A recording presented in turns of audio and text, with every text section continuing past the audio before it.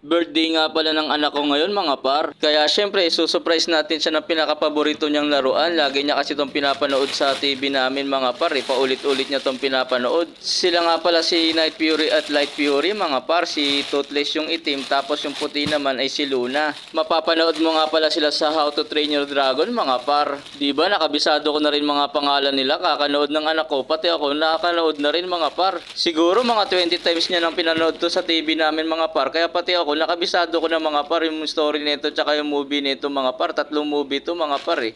Yung pinakahuli yung Hidden World. Malungkot na masaya yung mararamdaman mo sa last movie nito mga par. Napakaganda talaga ng pagkakagawa nito. At syempre kinumpleto ko na rin. Nandito na rin yung dragon ni Astrid mga par. Yung mapapangasawa ni Hiccup sa movie. At ito nga si Astrid mga par. Diba ang ganda niya mga par. At syempre dapat nandito rin yung pinakabida na si Hiccup mga par. Para masaya yung anak ko. Complete set na yung binili ko mga par. Package na yan. Kaya ibalot na natin siya agad-agad mga par dito sa box ng wifi namin mga par. Ayan, ikamada nga lang natin siya na maayos dito sa box mga par para magkasya nga siya dyan mga par. At ayan, finish na mga par. Kaya happy birthday anak, sana magustuhan mo tong regalo ko sa iyo.